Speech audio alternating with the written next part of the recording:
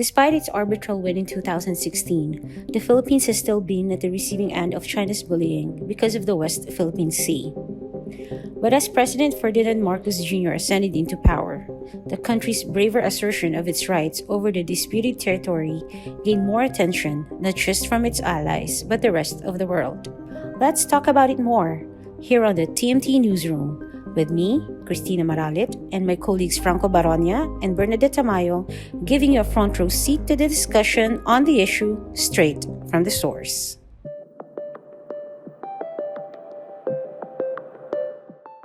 Let's welcome Colonel Raymond Powell. Thanks. It's a pleasure to be with you. After you left the U.S. Air Force, so was it a natural transition for you to study the developments of South China Sea? I will say I didn't have a good idea of what I was going to do when I left the Air Force. I had, as you mentioned, I spent 3.5 decades in the Air Force. That's a long time to be sort of in that bubble and not having to decide what I want to be when I grow up. But so I had to think very carefully, and I decided I wanted to go back to where I was from, which is Northern California. I have family in Northern California, and I left them a long time ago to join the Air Force, so I wanted to go back. So once I did that, I went to Stanford to do a fellowship called the Distinguished Careers Institute, which had nothing to do at all with maritime security or transparency or the South China Sea or the Philippines.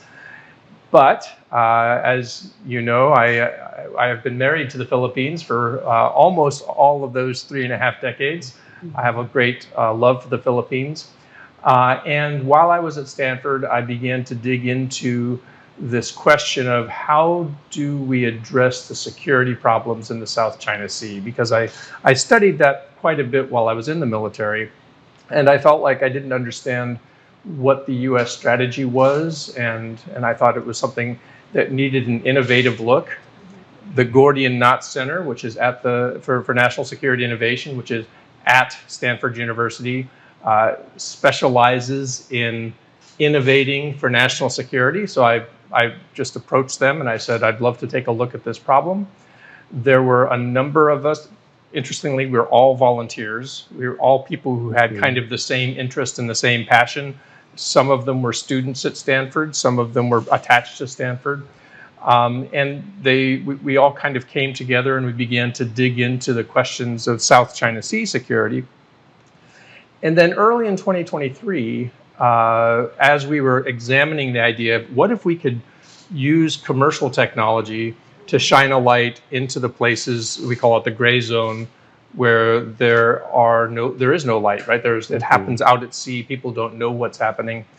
And that just happened to be a sort of a perfect time because as we began to do that, the Marcos administration began to do something very similar. And I think we kind of fed off of each other. And so things just kind of took off for the last year. So that's a long answer to a short question. I understand Project Myushu started in Stanford. Yes. Can you tell us about Project Myushu? So the idea behind Project Myoshu and the Gordian Knot Center is to take a look at national security problems like an entrepreneur would. So Stanford is near Silicon Valley. Entrepreneurs do not look at things bureaucratically or in a traditional military or government sense. Instead, they try to look at it like a Silicon Valley entrepreneur looks at it. And so we kept sort of using these entrepreneurial methods. We had a lot of conversations. We talked to a lot of people in the United States, in the Philippines, in other countries, just sort of exploring different avenues, trying to find out sort of where the market was, so-called, for an innovation in the national security space. And eventually where we came down was in this transparency area where we thought this is where maybe the time is right for somebody to do something innovative. So you consulted the Philippine government before you started the project? Not that much. I actually talked to a lot more people outside of government, and some of that's by design because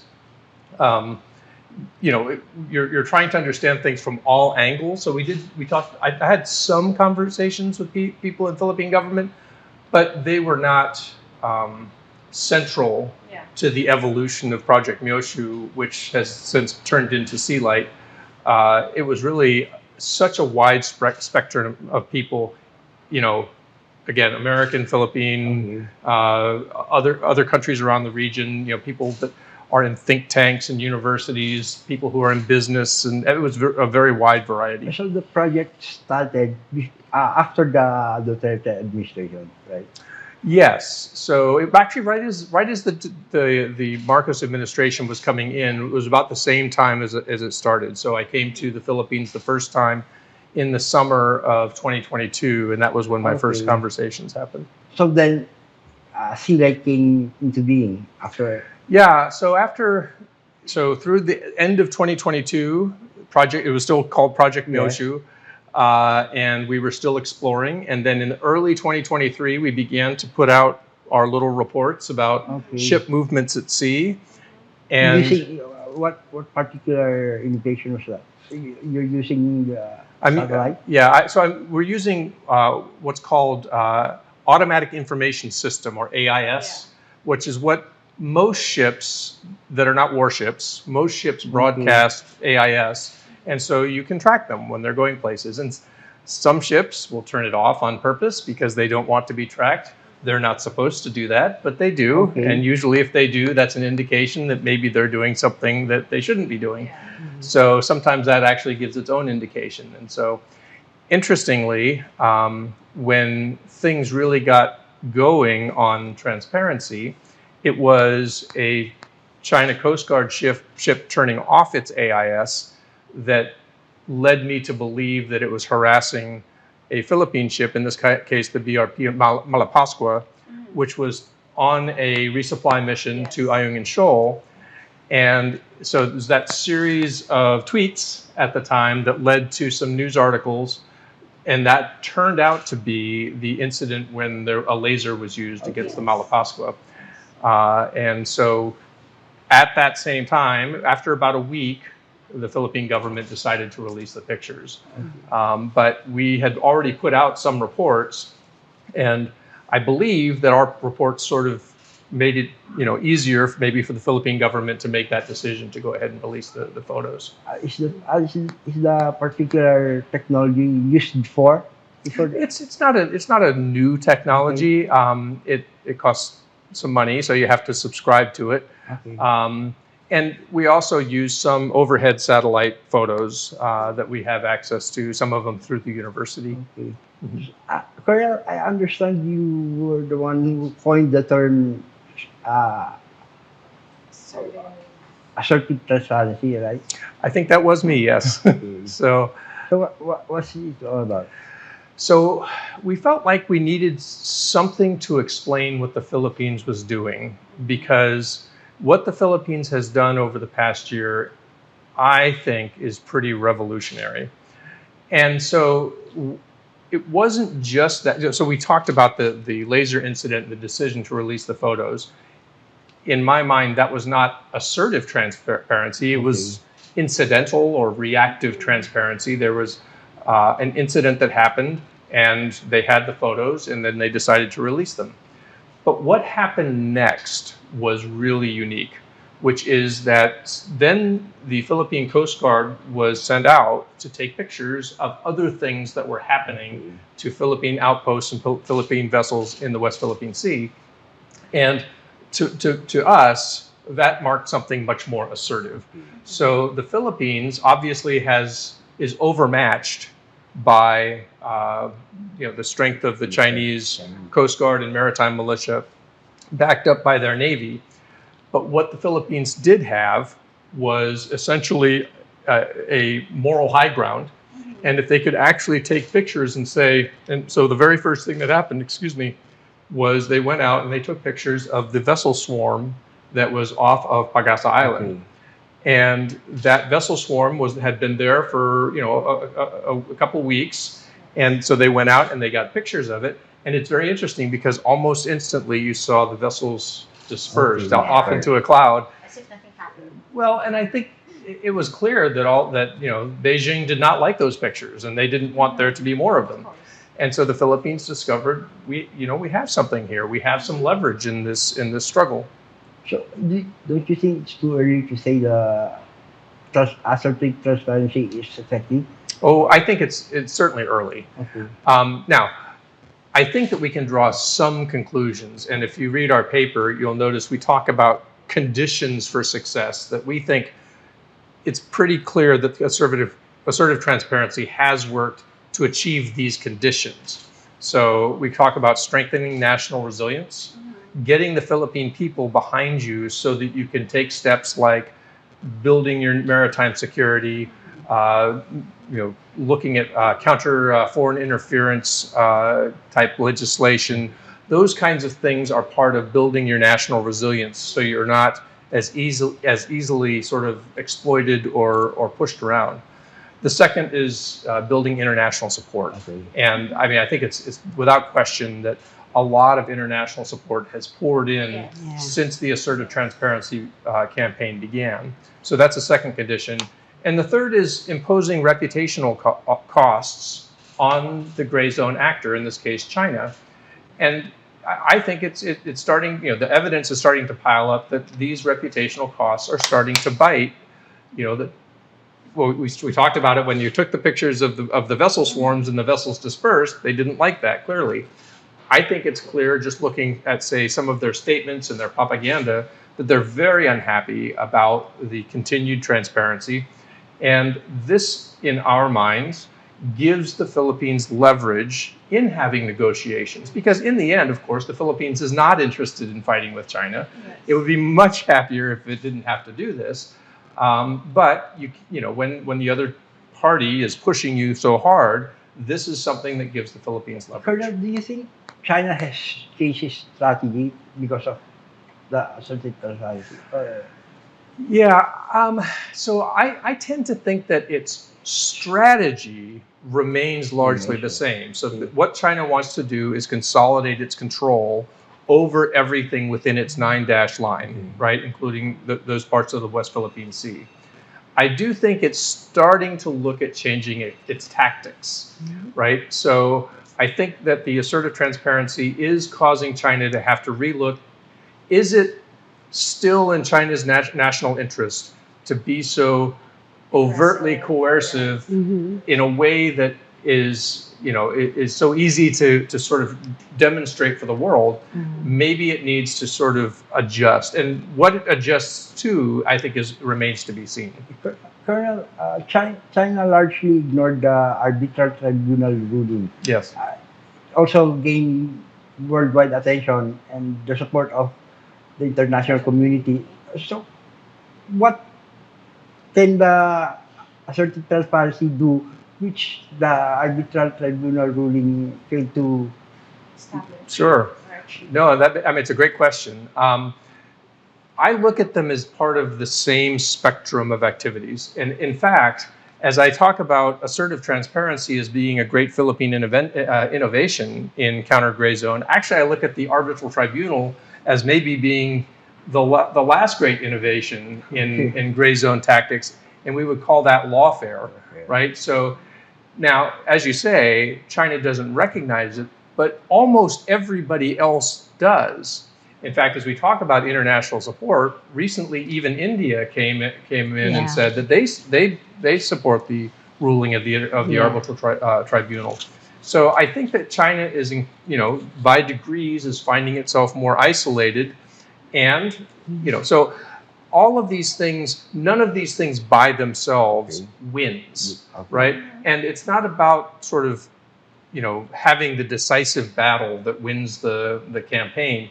It's finding those things that give the Philippines a little bit more of an edge. And again, ultimately, what we're really hoping for is this results in some kind of reasonable negotiated settlement, right?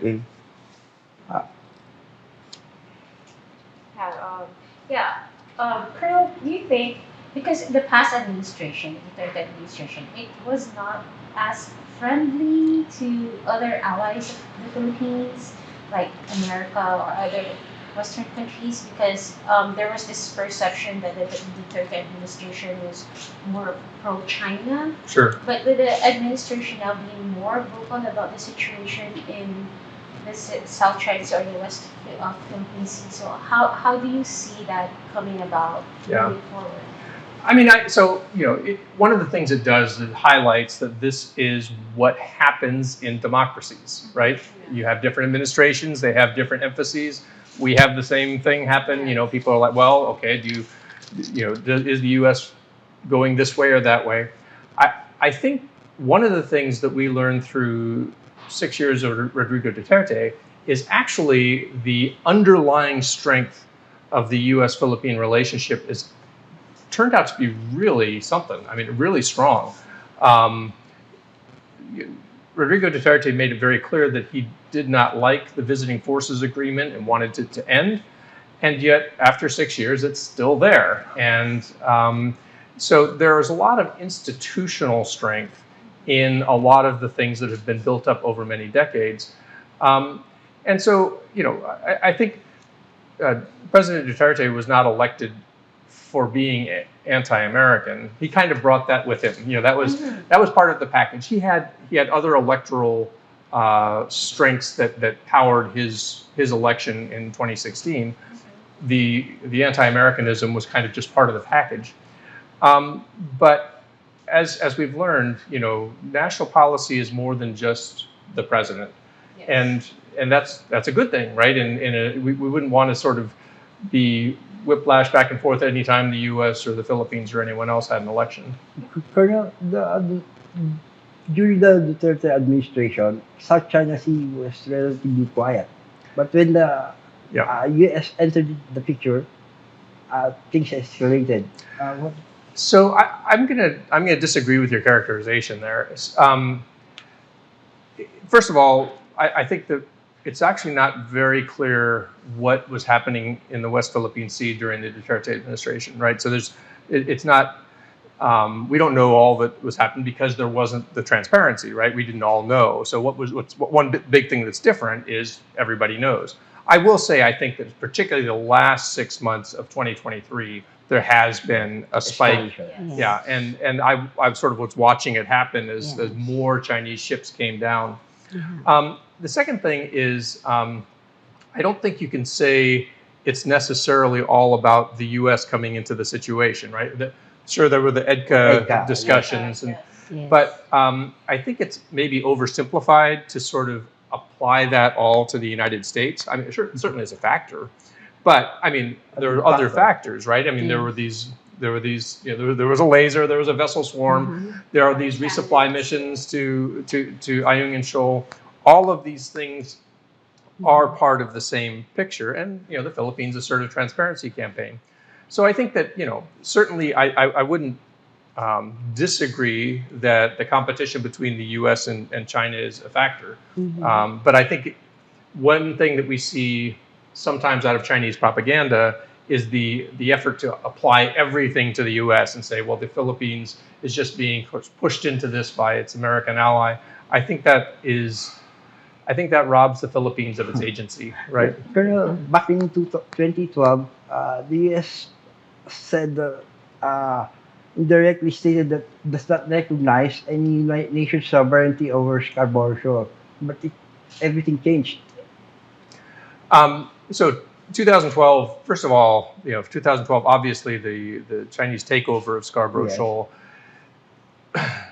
If you go back from when I started studying the South China Sea back in the 80s, the American position was essentially, this is a big mess, right? You've got these islands, these reefs, and China is here, and Vietnam is here, and Malaysia is here, and it's a big mess, and we didn't want to get involved in who owned what. We just wanted everything to stay the same, right? Because it was such a mess, right? And so the other thing that was happening in U.S. policy throughout that entire period is there was a lot of hope that China would become a more, what we called a responsible stakeholder in the international community, and it would sort of, as it modernized, as it came up out of poverty, it would sort of see the benefits that it was accruing, and it would become more cooperative. It would become more responsible in the way that we thought, that the world order was operating. And in retrospect, we were a bit naive. We thought that there was this arc that China would continue to follow, and that, the leadership in China had different ideas. So as we got to Scarborough Shoal in 2012, certainly not our finest hour, I will say. And again, I think part of it was that we were still in a bit of a delusion, right? We were still hoping that, well, if we just talk to China enough and they'll realize, hey, if you don't act this way, then things will be better, and we'll all get, and it took a little while to pull us up out of our delusion, I think. Yeah. Colonel, you believe that all potential methods of opening communication could result to tensions going down? Yes.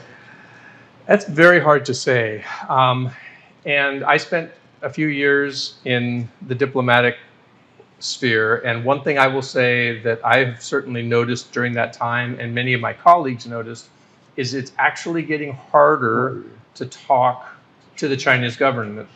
And that's because power has been more centralized. And so the number of people who are sort of able to have a discussion is shrinking.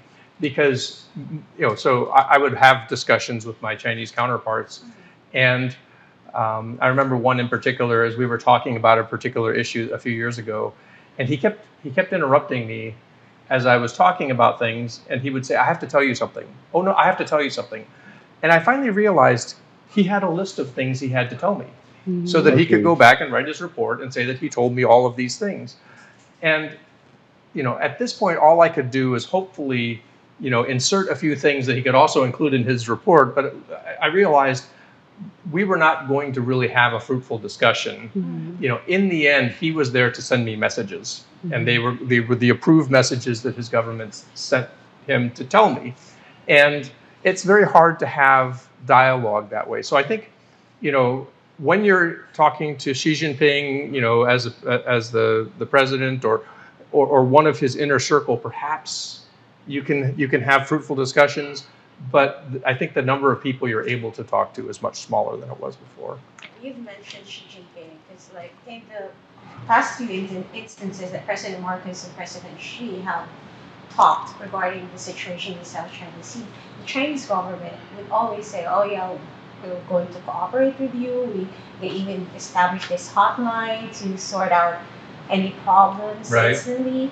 But it turns out that what they say is different from what's really happening. What's happening on the ground. Harassment continues. Right. The shadowing continues. Yeah. Yeah. I mean, so we had our own experience with this. Famously, in 2015, Xi Jinping met President Obama in the Rose Garden and promised that he would not militarize the artificial islands that they were building. And of course, almost immediately, they militarized the artificial islands. And they had as their reasoning, well, we didn't realize you were going to sail your ships close to these islands, so we have to militarize them. Well, of course, we've had a freedom of navigation operations, function for 4 decades. It's not new. So it's clear that Xi Jinping telling Barack Obama that was a way to put it off until they could militarize the islands, and then they could come up with a reason that, a predicate for militarizing the islands. So I think, I suppose this is true in all international diplomacy, but particularly when dealing with Beijing, you really have to watch what they do much more than what they say. Colonel, your thoughts on the recommendations to de-escalate the tension? Scientific cooperation, would that help? I mean, I think that there should be scientific cooperation. I would like to think that we can have, we can compartmentalize. In terms of, solving the tensions, I don't know that it will solve the tensions. I mean, again, I think it's always good to have more talking than less talking. But I think it's also important to be able to, when you are talking, to be able to distinguish between what is likely to produce real results, and maybe what's being done just to kind of satisfy you for now so that you don't ask hard questions. So, what about the building shared concern for both nations? Do you think somehow de-escalate the tension? I think the thing to remember about that is, and this goes back to the question of strategy versus tactics. Remember that China's strategy remains the same, and the strategy is to consolidate control within the 9-dash line. Mm-hmm. So when you are, while less tensions are always better than more tensions, as long as reducing the tensions doesn't come at the expense of surrendering important ground that you can't get back later, right? China frequently will talk about its own desire for peace and stability and cooperation in the maritime domain. Mm-hmm. And that's great. But what they mean by that is that we, as the constabulary, as the police, will make sure that everybody has peace and stability and cooperation, but we are in charge, and that's where the problem comes in, right? They have a very different vision of what that peace and stability look like in the long term. So, Colonel Powell, Yes. some governments or foreign governments or countries have defended the Philippines against China's bullying tactics in the West Philippine Sea. However, some sectors believe that the Philippines need the support of ASEAN as a what prevents ASEAN from coming up with a stand collective against stand. China's harassment or expansive There was a famous quote by a Singaporean diplomat where he said, "People expect ASEAN to be a horse, but ASEAN is not a horse; it's a cow. So you can't ask a cow to be a horse. ASEAN does some things well. Coming up with strong stances on collective security is not one of those things, and that is partly a function of its requirement for consensus among all the members, and the fact that many of the members have no stake whatsoever in the South China Sea. Laos is a landlocked nation; it is not interested in the South China Sea very much, and all.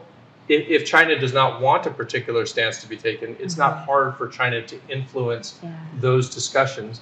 So, so I think it's a lot to ask ASEAN to be able to come in and take a strong stand on South China Sea issues. I think that there are those who are trying very hard. I commend them for trying very hard.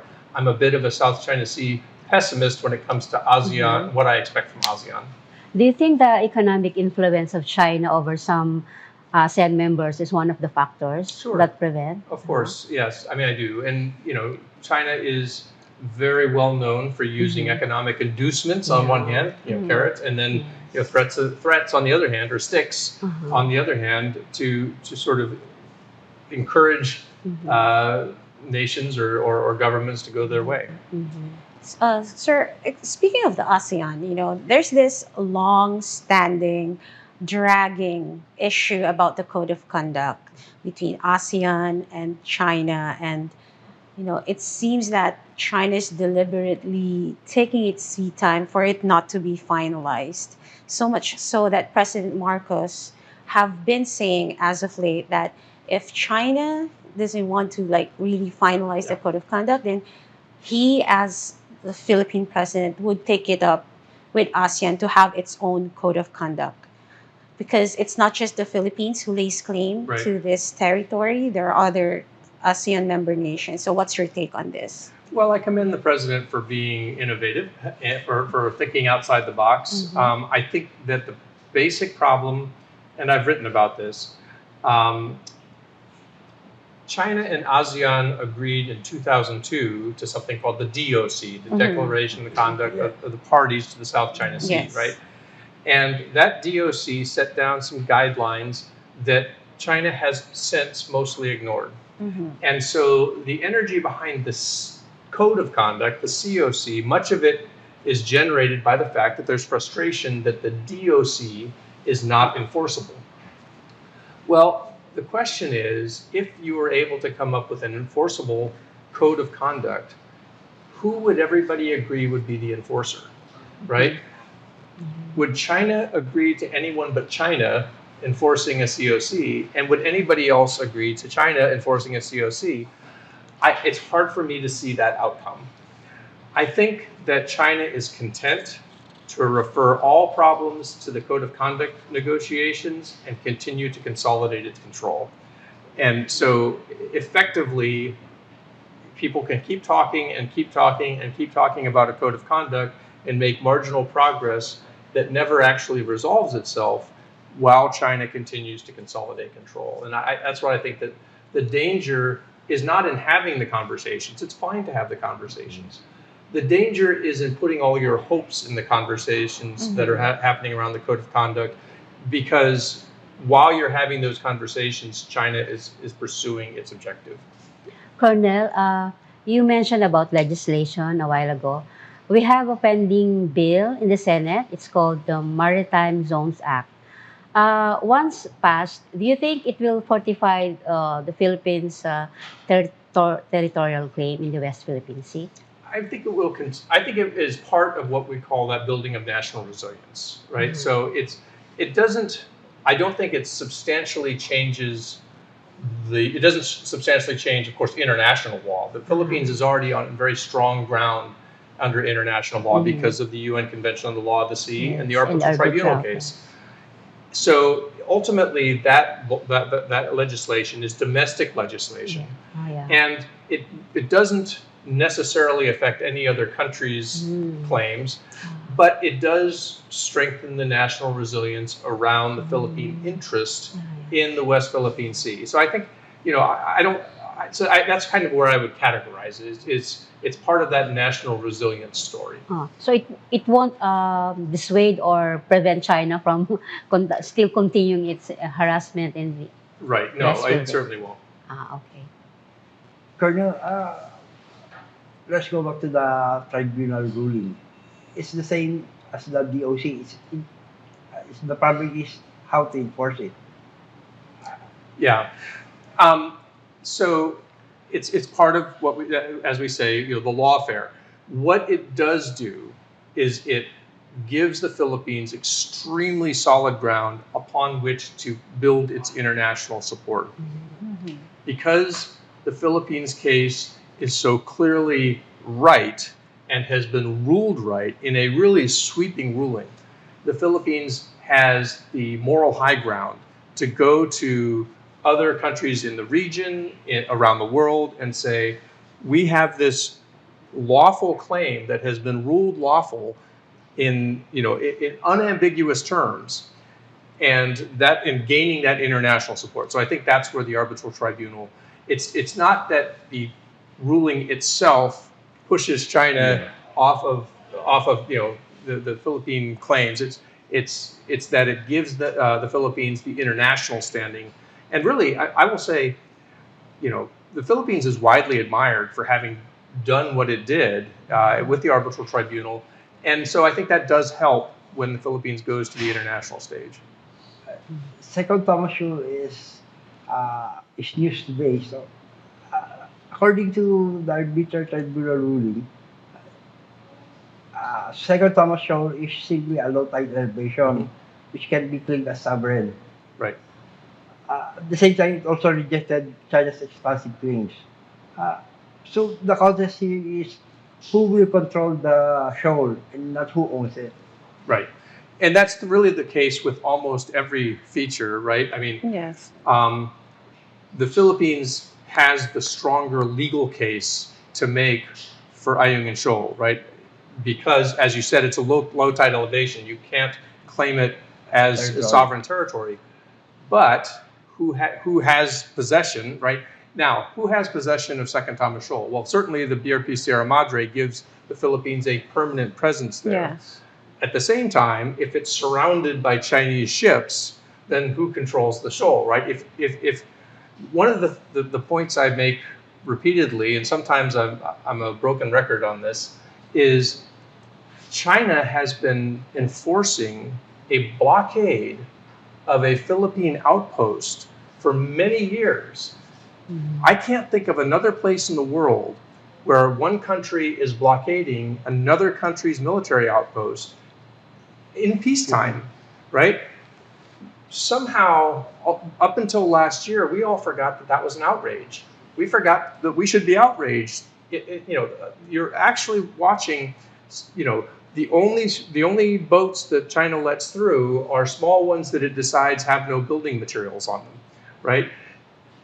And they say, well, if you don't bring any building materials, you're free to pass. Well, who are you to tell us we can't we can't repair our ship, right? It's our ship.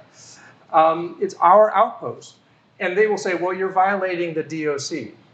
I'm sorry, but 35 kilometers away, you built a runway and a port and a military base at Mischief Reef after the DOC, right? So the whole idea is built on an outrageous set of assumptions that the whole world should have been more exercised about a long time ago. We just forgot. Do you think it's too late now for that to happen, or? I think it's never too late, right? I mean, events don't unfold in a predictable manner. Things don't. I remember it wasn't very long ago that everybody assumed that China would surpass the U.S. as the world's largest leading economy, right? All of a sudden, nobody thinks that anymore. Things don't go in a straight line. Events happen, right? So, right now the Philippines is in a very difficult position. But, the Philippines probably, it's helpful for the Philippines to take a long view and say, where do we hope things end up in 20 years, right? It's natural when you've got all of these pictures coming out for the Philippine people to say, why don't we get all the Chinese out of Philippine waters? Well, they built a military base there. It's not so easy just to go and kick them all out, right? So you have to take the long view and you have to say, how do we in the Philippines strengthen our position, strengthen it internationally, strengthen it domestically, build out our maritime security, all of the things that we should do in order so that we can improve our position in the future. Colonel, China has repeatedly warned or threatened that it will remove the BRP Sierra Madre in Ayungin Shoal. Do you think that's possible? How will they be able to do that? So they could do it if they tried. I don't think that they will try. So how? Why? Yeah, well, because the BRP Sierra Madre is still a commissioned ship in the Philippine Navy, and there is a treaty alliance with the United States. And an armed attack on a Philippine public vessel would constitute something under Article 4 of the Mutual Defense Treaty. It could be invoked. Right. It would certainly bring a response from the United States, which is why I believe that China has elected this blockade as their strategy, or as their tactic. Is they've decided that we're going to blockade the ship and wait for it to fall apart. Yeah. And so that's why they're always talking about building materials. Yeah. They don't want the Philippines to do anything that lengthens the time that the Sierra Madre stays intact on Ayungin Shoal. Because it could be possibly a flashpoint for something more bizarre, I guess, or chaotic to happen. I don't think that China is looking for a reason for the United States to get involved in a direct conflict in the South China Sea. So I think it will try to avoid that if it can. So for China, the best outcome from China's perspective is that tomorrow that ship starts to fall apart. The troops on board call for help. China comes in, rescues the troops, drags the ship off the shoal because it's a hazard, and then that's over. So I think that that's China's plan. It wants to keep blockading the shoal until the ship finally falls apart. So what should the Philippine government do then? Do you think the Philippine government has kind of like predicted this tactic? I think the Philippine government very clearly now recognizes the tactic. and is almost certainly going through options, right? What is it that we can do? I would hate to sort of speculate on what I think it would do. If I knew, I certainly shouldn't tell anybody, because that would, Yes. that would violate it. I don't know, but if I knew, I think though that the government's going to have to probably be innovative. The result, the inevitable result, if you don't repair or replace the ship, is that the ship eventually fall apart. falls apart, has a big storm, and yeah. Well, you being an experienced Air Force official, would it be possible to do an airdrop? So of course, there was recently an airdrop, a small airdrop by a Philippine plane. You can do small airdrops. I think that for example, it would probably be wise, given the Philippines' geography, just to invest in things like seaplanes and float planes. You can land on the water if you have the right equipment. I think that there are faster vessels that you can invest in to make a resupply faster. There are types of vessels that can be easily turned into almost platforms with helipads on them. I'm not the expert in what. The funny thing is, I'm called a maritime security expert, but as you notice, I'm a retired Air Force officer. So it's a very strange title for me to have inherited. But I think that there should be the Philippine government should be encouraged to look very broadly at its options, and not just sort of be focused on how do we get the next resupply through. The armed forces of the Philippines, a few months back, they floated this idea of conducting joint patrols with allies in the contested waterway. Yeah. What do you think of this, and do you think this would provoke China even more? Well, so actually the joint patrols have started. Yeah. It's just that they haven't gone into some of the Beyond, really sensitive areas, right? Every deterrent a country takes will be cast as a provocation by the people who don't want them to do it, right? So anything that is a deterrent will almost certainly also be seen as a provocation. The Philippines' assertive transparency campaign is seen by China as a provocation, right? So EDCA is seen as a provocation. You can't really deter without risking provocation. The thing that's actually one of the things that's really impressive about what the Philippines has done in the past year is be willing to watch the situation escalate. Most people would say that's irresponsible. You don't want to escalate, you want to de-escalate. But if you have an adversary that is intentionally escalating to push you off your position, sometimes all you can do is escalate with them. And the Philippines, in this case, used assertive transparency as a means of escalation in order to sort of see if it could gain some leverage. Because if your adversary is the only one escalating, then eventually what they do is they just win by pushing you off your position. They demand your capitulation, your submission. And so, I think that, President Duterte, in evaluating the situation in the West Philippine Sea, said, well, we don't want to go to war with China. Well, nobody says you have to go to war with China, right? And so what he made was what we call a false dichotomy, a false choice, right? Either submit and have peace, or contest and have war. But that's not the way it works. It's not like an on-off switch. There are many different ways you can approach it, and if submission is your only option, then you find out that your adversary takes advantage of you. So is it safe to say that this administration is braver, it's more courageous in terms of its stand regarding the contested territory, at least in policies and in its transparency? I hate to get involved in sort of directly comparing. Yeah. I will leave that to Filipinos to do. What I will say is, regardless of braver or what, the Marcos administration has certainly showed a lot of courage, because it is not easy for a country of 125 million people to take on a country of 1.4 billion, a rising power with nuclear weapons. That's not easy, right? That takes what we call intestinal fortitude. It takes guts. And I've certainly been impressed with the Marcos administration and its willingness to risk escalation for the sake of asserting its sovereignty. I think it's been impressive. Colonel, the Philippine government is focused in China. Totally forgot about Vietnam. So, what's the development there? Well, of course, President Marcos just went to Vietnam.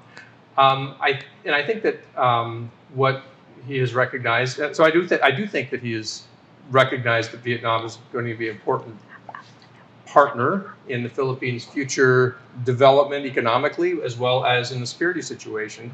And if he is able to come up with a series of bilateral or minilateral agreements on the West Philippine Sea or the South China Sea, then I think that's positive. And I think that one of the ways that that it may be a very positive thing is Beijing has had a very negative reaction to it, right? So what Beijing will say is, well, no, you should have all those discussions at the Code of Conduct negotiations.